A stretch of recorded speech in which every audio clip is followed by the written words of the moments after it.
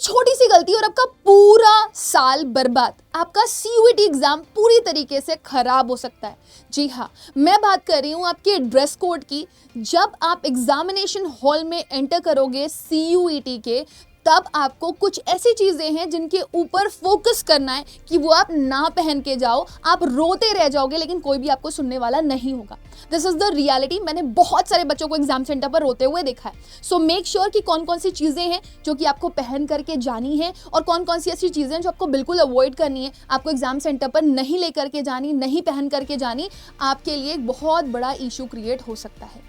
So watch this full video so that you people can understand it and save your 1 year. So hi everyone, my name is Rebecca Ango और आज के इस video session में हम बात करने वाले हैं कि कौन कौन सी चीजें ऐसी हैं जो कि आपको CUET एग्जाम सेंटर पर लेकर के जानी है, पहन करके जानी है और क्या क्या पहन करके नहीं जा सकते हो। So let's start with this and let's see कि आप इस बातों को बहुत अच्छे से ध्यान रखो। और सबसे इंपॉर्टेंट चीज़ ये है कि इस वीडियो को आप एंड तक देखो ताकि आपको एक एक चीज़ की क्लैरिटी बहुत अच्छे से रहे।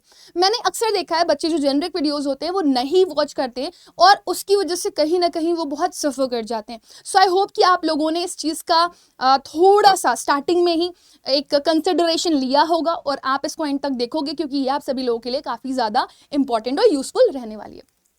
सो आज की इस वीडियो में हम बात करने वाले हैं कि क्योंकि बच्चे पूछते हैं ma'am what kind of clothes are allowed in CUET exams, right? क्या जीन्स और फुल स्लीव्स हम पहन सकते हैं या फिर क्या मैम मैं शूज़ या स्लीपर्स या सैंडल्स में से क्या पहन सकता हूँ? क्या एक्सेसरीज जैसे कि वॉचेस हो गया, ज्वेलरी हो गई, ईयरिंग हो गए, है ना, वो हम पहन करके जा सकते हैं? क्या हेयर क्लिप अलाउड है ना? या फिर कोई स्पेसिफिक ड्रेस कोड है जैसे कि आप स्कूल में पहन करके जाते थे वैसा कुछ पहन करके जाना है? और अगर ऐसा कुछ है तो मुझे कहाँ मिल सकती है ये गाइडलाइंस? इन सभी चीज़ों के बारे में आज हम बात करने वाले हैं। सो सबसे पहले मैं स्टार्ट करती हूँ, क्या आपका क्लोथिंग पार्ट है उसका एक ओवरऑल व्यू दे देती हूँ। देखो, सबसे इंपॉर्टेंट चीज ये है कि आपको सिंपल टी शर्ट्स पहन करके जानी है, सिंपल टॉप पहन करके जाना है। मतलब बिल्कुल भी ऐसे कपड़े मत पहन करके जाना जो बहुत ही ज्यादा हैवी हो, उसमें बहुत सारी पॉकेट्स हो, है ना, पैंट्स हो सकती हैं, ट्राउजर्स हो सकती हैं, but just plain simple.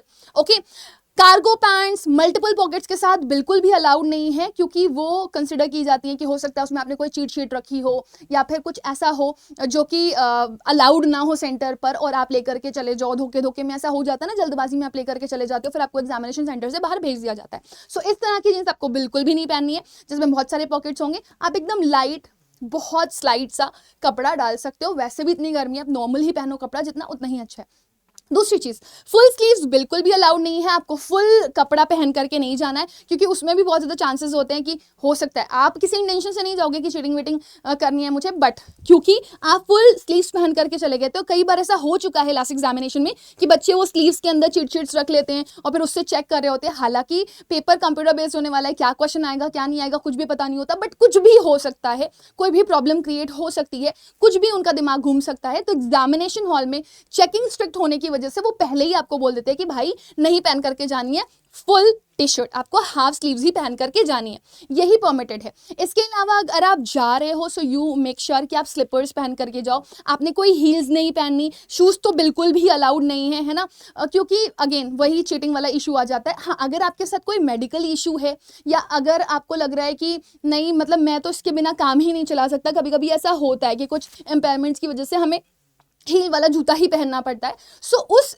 Condition में आप इस चीज़ को मेक श्योर करो कि आप एनटीए की तरफ से पहले ही एक रिटन एप्लीकेशन लेकर के जाओ कि भाई ये वाली दिक्कत है, और सेल्फ डिक्लेरेशन फॉर्म टाइप का होता है, ये इशू है, अगर कोई प्रॉब्लम होती है तो फिर मैं उसके लिए जिम्मेदार होऊंगा। तो उस कंडीशन में वो आपको अलाउड कर देते हैं। बट फिर अगेन मैं यही बोलना चाहूँगी बेटा कि अगर कोई मेडिकल इशू है तो आपके पास प्रॉपर उसका एक नोटिस होना चाहिए, ठीक है। Next is jewellery is not allowed. आप वॉच नहीं पहन करके जा सकते, आप डैंगलर्स नहीं पहन करके जा सकते, आप ईयरिंग्स नहीं पहन करके जा सकते, आप ब्रेसलेट्स पहन करके नहीं जा सकते, आप गले में कुछ डाल करके पेंडेंट्स वगैरह नहीं जा सकते। एक्सेसरीज तो बिल्कुल भी अलाउड नहीं है। सो मेक श्योर कि जितनी भी एक्सेसरीज है चाहे वो मेटालिक आइटम हो वो अलाउड बिल्कुल भी नहीं है। एंड इसमें watches, bracelets, rings, necklace and earrings सब कुछ ही आ जाता है। इसके बाद जेंडर स्पेसिफिक गाइडलाइंस को अगर मैं बोलूँ, कुछ बच्चे पूछते हैं कि मैम मेल के लिए क्या अलाउड है, फीमेल के लिए क्या अलाउड है, तो मैं बता दूं ऐसा कुछ भी नहीं है कि मेल फीमेल के लिए कोई स्ट्रिक्ट है ना, कुछ स्पेसिफिकेशन रखा गया है। नॉर्मल अगर जो लड़कियां हैं वो शलवार सूट पहन करके जाना चाहती है तो प्लेन पहन करके जा सकती है, बट अगेन फुल स्लीव्स ना हो, इस चीज़ का ध्यान रखना।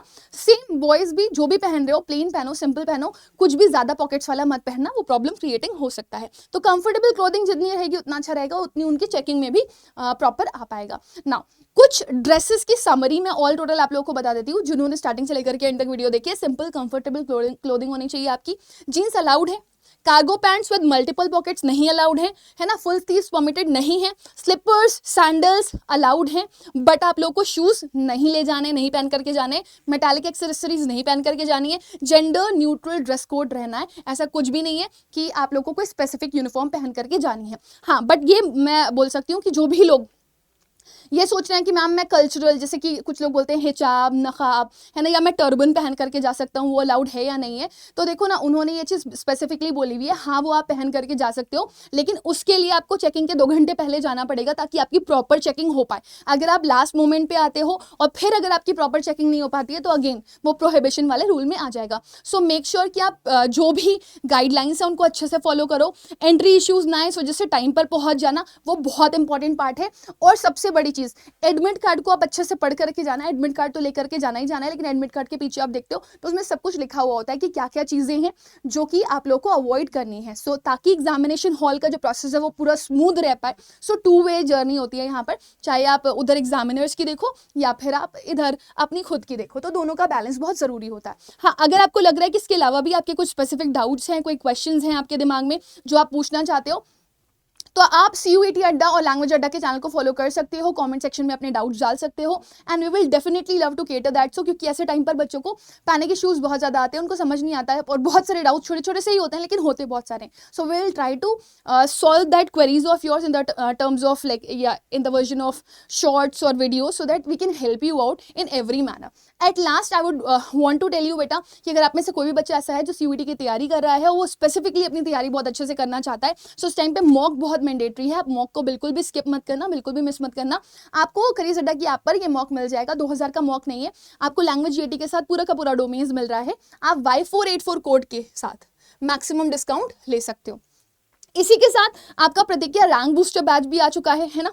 सो अगर कोई भी बच्चा ऐसा है जिसने अभी तक अपनी प्रिपरेशन नहीं करी है, हम इसमें प्रतिज्ञा का रिकॉर्डेड बैच आपको दे रहे हैं, प्लस कुछ प्रैक्टिस सेशंस के साथ एक लॉन्ग रिवीजन सेशंस भी प्रोवाइड कर रहे हैं। सो वो भी अगर आप लेना चाहते हो तो आप करियर अड्डा की ऐप से ले सकते हो with the same code Y484। I hope इतना क्लैरिटी आप लोगों को मिल गया होगा। I wish you all the very good luck in your CUET examination. I wish you all the very very success, but make sure कि छोटी छोटी सी गलतियां हमें कभी कभी बहुत भारी पड़ जाती हैं, तो आप ऐसे नुकसान बिल्कुल भी ना उठाएं। अच्छा, मैं जाते जाते आप लोगों को ये भी दिखाना चाहूंगी, अगर आप में से कोई भी बच्चा ऐसा है जो CUET की तैयारी कर रहा है एंड ही इज लाइक कि मैं कहाँ से प्रिपरेशन कर सकता हूँ, तो करियर्स अड्डा ऐप इज एवरग्रीन। जैसे ही आप इस पर जाओगे, ऑल कोर्सेज पे जाओगे, है ना, आपके पास क्रैश कोर्स अवेलेबल है, इसमें आपको सब कुछ मिल जाएगा। इसमें आपको मॉक्स भी मिल जाएंगे और बैच भी मिल जाएगा।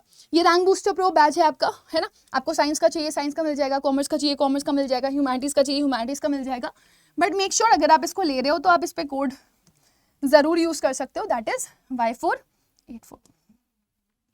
ठीक है, Y484, एक सेकेंड Y लगा देना, ठीक है। ये आपको 1439 रुपीज़ में पूरा का पूरा कंप्लीट बैच मिल जाएगा। सिमिलरली अगर आपको चाहिए कि मुझे ना मॉक टेस्ट देने हैं, मैं मॉक टेस्ट कैसे दे सकता हूँ, जो कि बहुत ज़रूरी है, जिनका एनालिसिस बहुत ज़रूरी है, जो बच्चों ने पढ़ना अभी शुरू भी नहीं किया, जिनको रिविजन करना है, मॉक टेस्ट दो, एनालिसिस करो, उसे रिवाइज करो। जो क्वेश्चंस आपके नहीं हो रहे हैं, जो वीक एरियाज हैं आपके, उनको 2 से 3 टाइम रिवाइज करो, इससे आपका कॉन्फिडेंस ज़रूर बढ़ेगा।